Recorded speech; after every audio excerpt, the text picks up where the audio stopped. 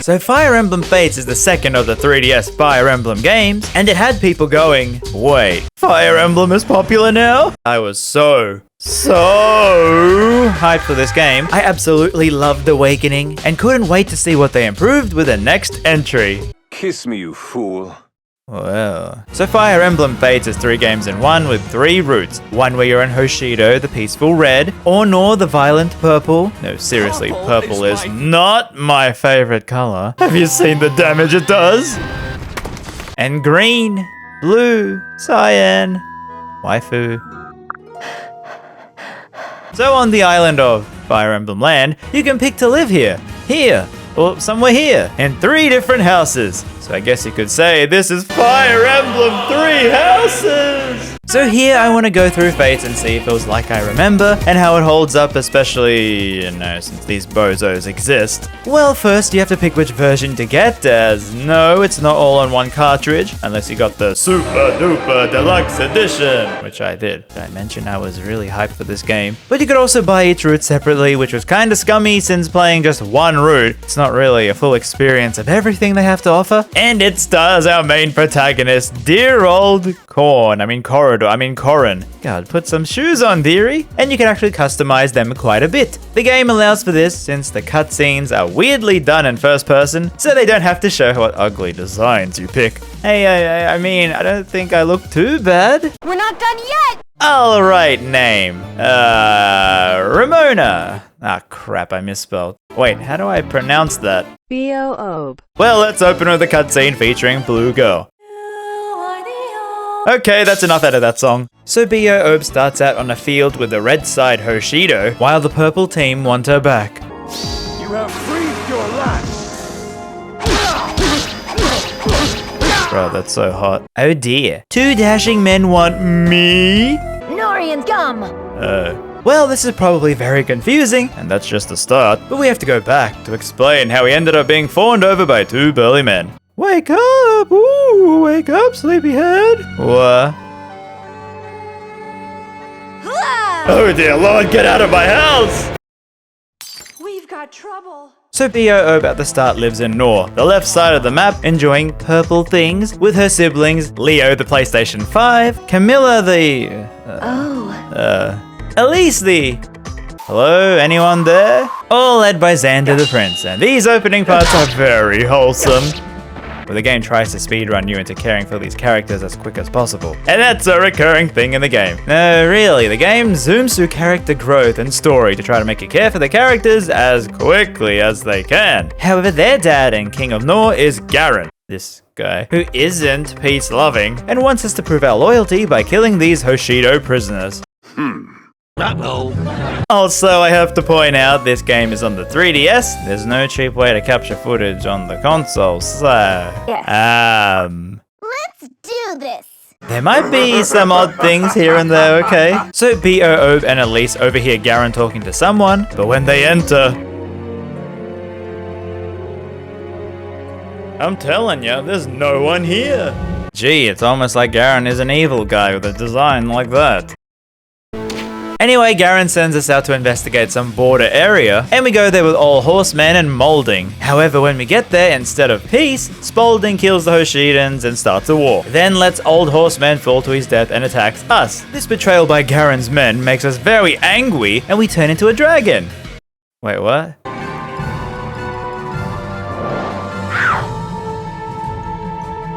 And this girl jumps in after us, turning into a flying... fish? No. So the fish teleports us to this weird castle thing, which we'll get to later, then teleports us back up top?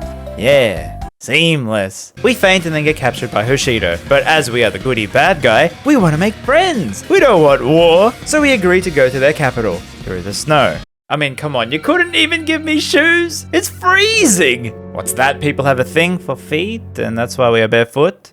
Whoa, mama! It's our mama. So it turns out we are this person's daughter, and as a child, we were stolen by Garen when he killed our dad. And these are the siblings we have here. The ones we grew up with as a kid that we conveniently forgot about till now. That begs the question, so Garen killed our dad, but does that mean we were out with him on a diplomatic mission as a kid? King Hoshida just brings kids out on the missions in the wild, eh? So we got Sakura the healer, Hinoka the horse girl you know from high school, yes that one, Takumi, and Ryoma the lobster. Lobster? That sounds highly edible. Whoa, Corin, take it easy. You can do that after marriage. He is the next in line to the throne. Also, he's super freaking hot. This is all too much for BOO, and we wander outside, spying that blue-haired bimbo Azura, who was a Norian princess kidnapped by the red team. Guess we are in the same boat, huh? Wait, old man, why are you shipping us?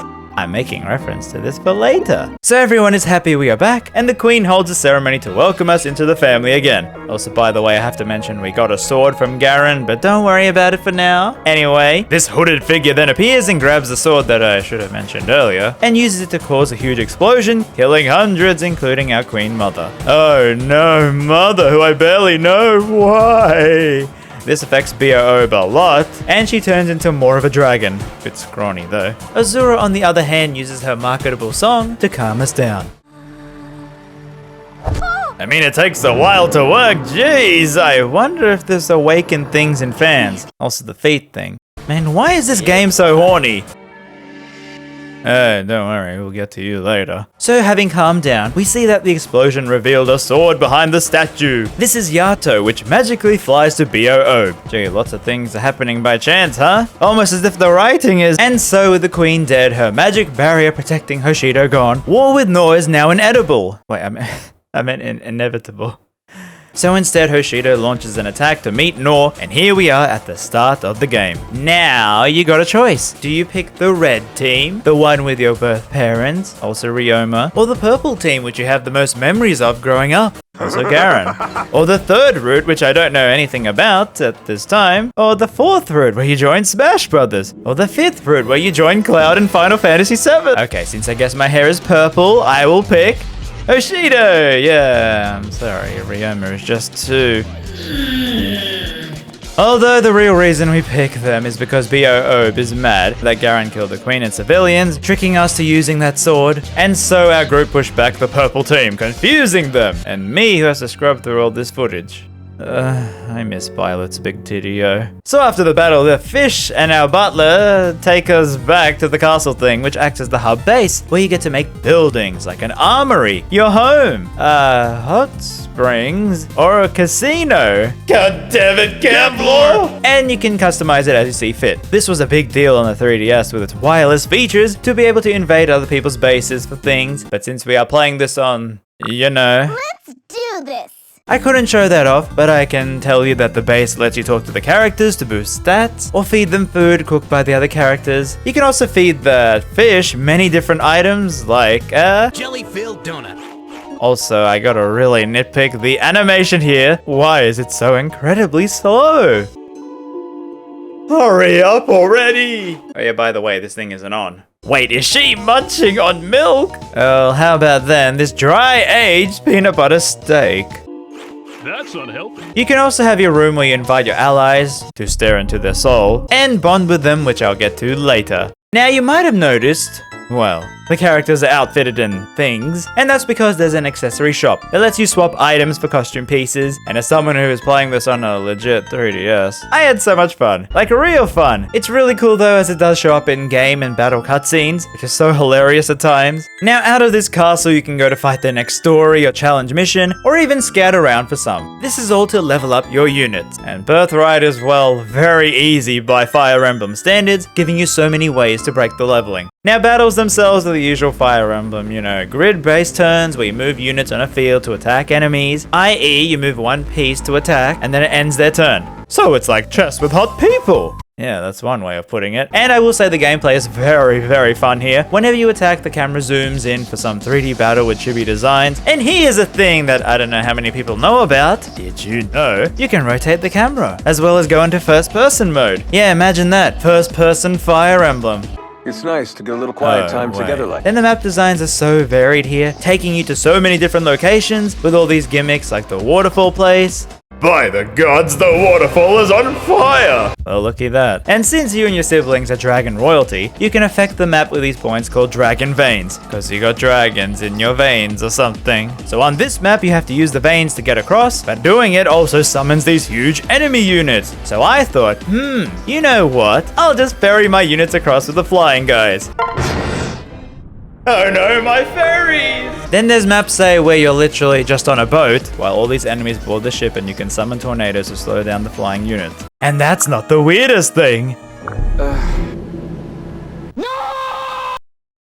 So, well, as shown, you can pair up the units, i.e. put two of them onto one square. This helps in combat with one supporting the other, or even like map help where you move around. You can pair them up to move them further than they could normally walk. Now, the big thing with the support units, you know, that pair, or you can even have them fight next to each other on squares, at the end of a turn, you will see these lovey-dovey hearts, which means they gain some support with each other. And I'll go into more on that later. So back to the story where you literally go around helping people in the land, also trying to find Takumi and Ryoma. And while this happens, new units join the party. Some are retainers of the royals, i.e. their special bodyguards, or just random people in the streets, like Mozu. She's so adorable. Look at how nervous she is killing. I will protect her with my life. Not strong enough. Looks like we need to work on her becoming a warrior.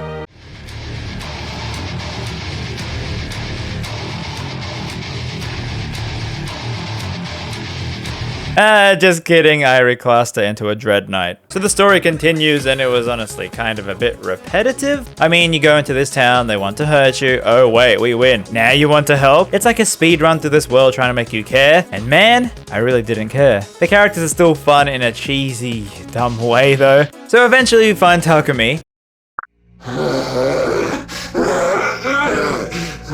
Dang. Sore throat, mate?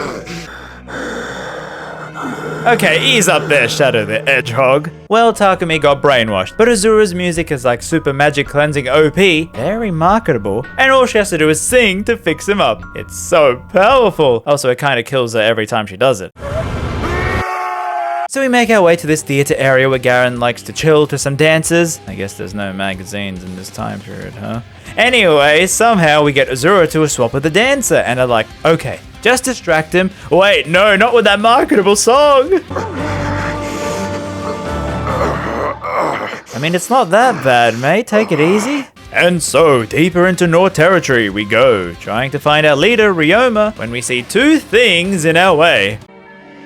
Holy bazookas! You know, this might be a good time for you in the audience to type below asking who my favorite character is from Birthright. That isn't Ryoma, because bro, my favorite color is red and he just looks so cool. Oh yeah, thank you for typing. It's Kagero, because of her personality. However, I did ask on Twitter who is the favorite and Obero is second. You really don't like the royals here, I guess. And well, that's one thing Fates did, was to pump this game full of characters, and I mean, there are just so many of them. I guess there is easily one character who you would like the design of or personality wise. However, this ain't no Three Houses. I feel like here they mostly are one note, whereas 3H had them based on different regions, allowing the conflict to help explain more what they're about. And you see more of the personality with the support system, which is that heart level up thing. This is where if done enough times, you unlock more dialogue between pairs. And some of them are just, well... What's all this weak stuff? And since it's a 3DS game, they couldn't really fit full voice acting, so instead the characters have these one-worded lines they will say and reuse randomly, and trust me, it gets really awkward at times. Fully voiced Three Houses was honestly a real blessing. Don't expect me at your funeral.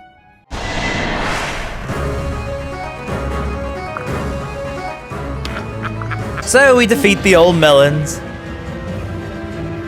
And this random knight comes in to help drive them away. Gee, a random huge swole knight? Who the heck are you?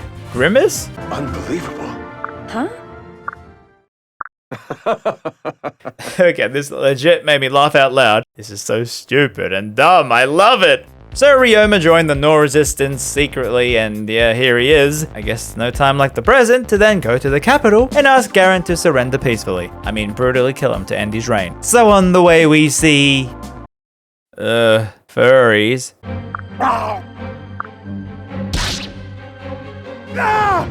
No.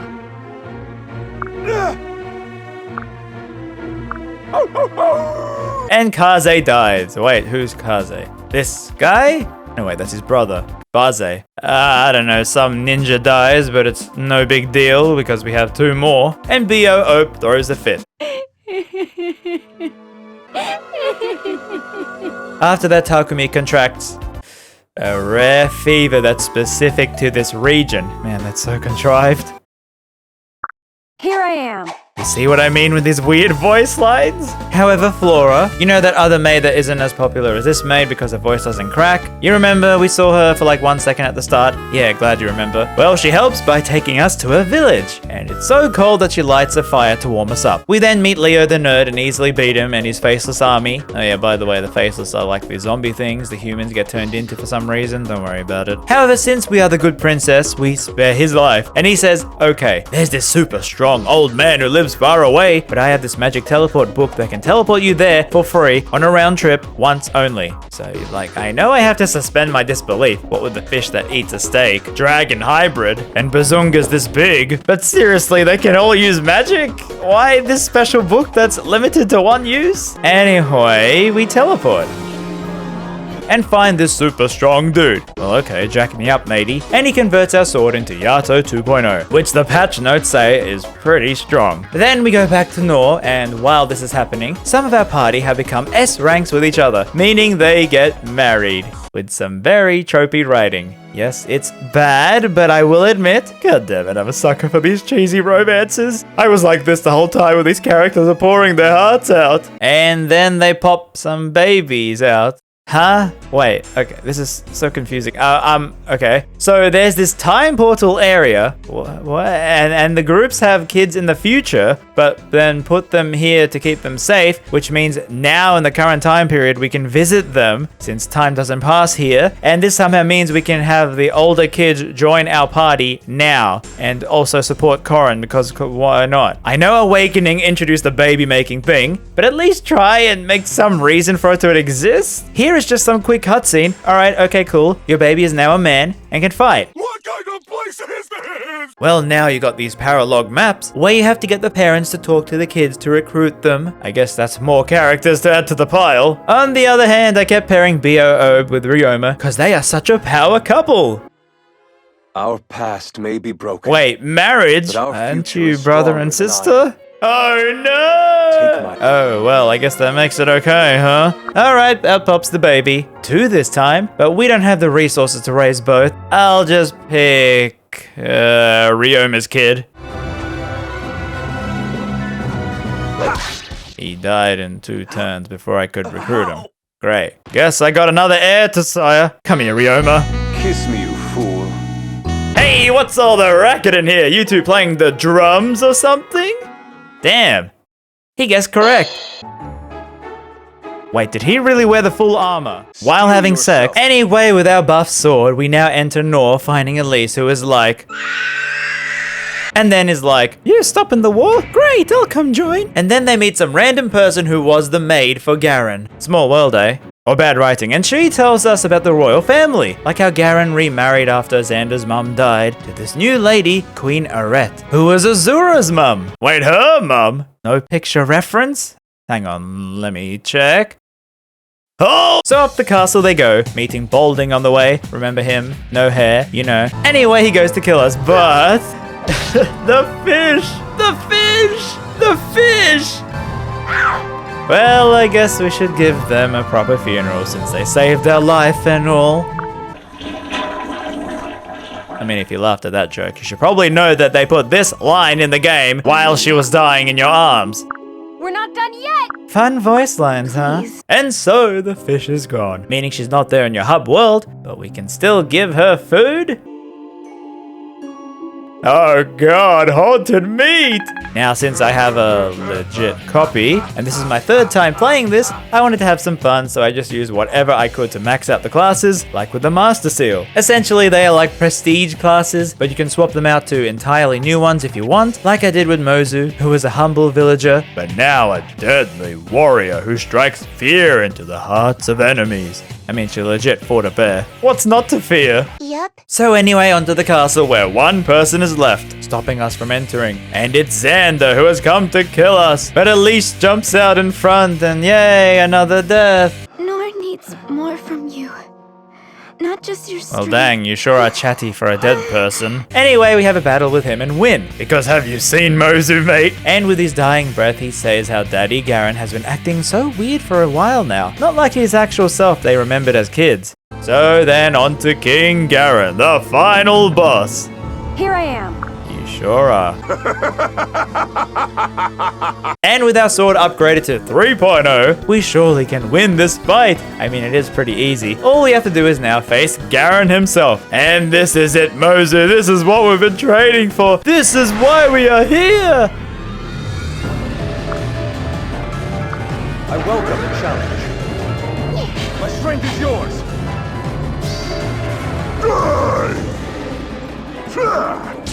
No, Mozu! Well, we win with the others, but oh no, Garen is not dead, but rather... I wonder if the director liked dragons. Well, he was being possessed by this thing, which could explain why the kids think he acted differently. Anyway, Corin T-poses to save her friends, but it's a fucking dragon! She dies, but then everyone who died is like, lol, don't die, Miss Protagonist. And she's like, lol, sure, okay. And comes back for the final fight. And it's much harder than before, but wait! Oh my goodness, the music is so good! So yeah, I'll talk more about the music later, but man, hearing this song made this such an amazing boss battle. I swear Japanese games really know how to pump you up right at the end. Anyway, we face the dragon, and Mozu is alive, I guess, so then... Not again.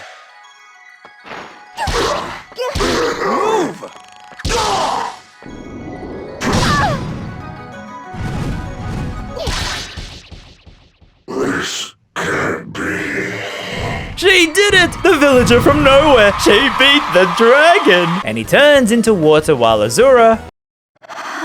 Oh yeah, she was singing the whole time, you know, while the music was playing overhead. And like I said earlier, I guess she was singing the lyrics, and kids, singing kills, so she dies. Turning back into what our bodies are made of. Alcohol. And so we win. So many dead, but so many alive. Ryoma now the ruler of Hoshido, with WOAH as the queen, and Leo taking over Nor, with these two countries working peacefully together. The end.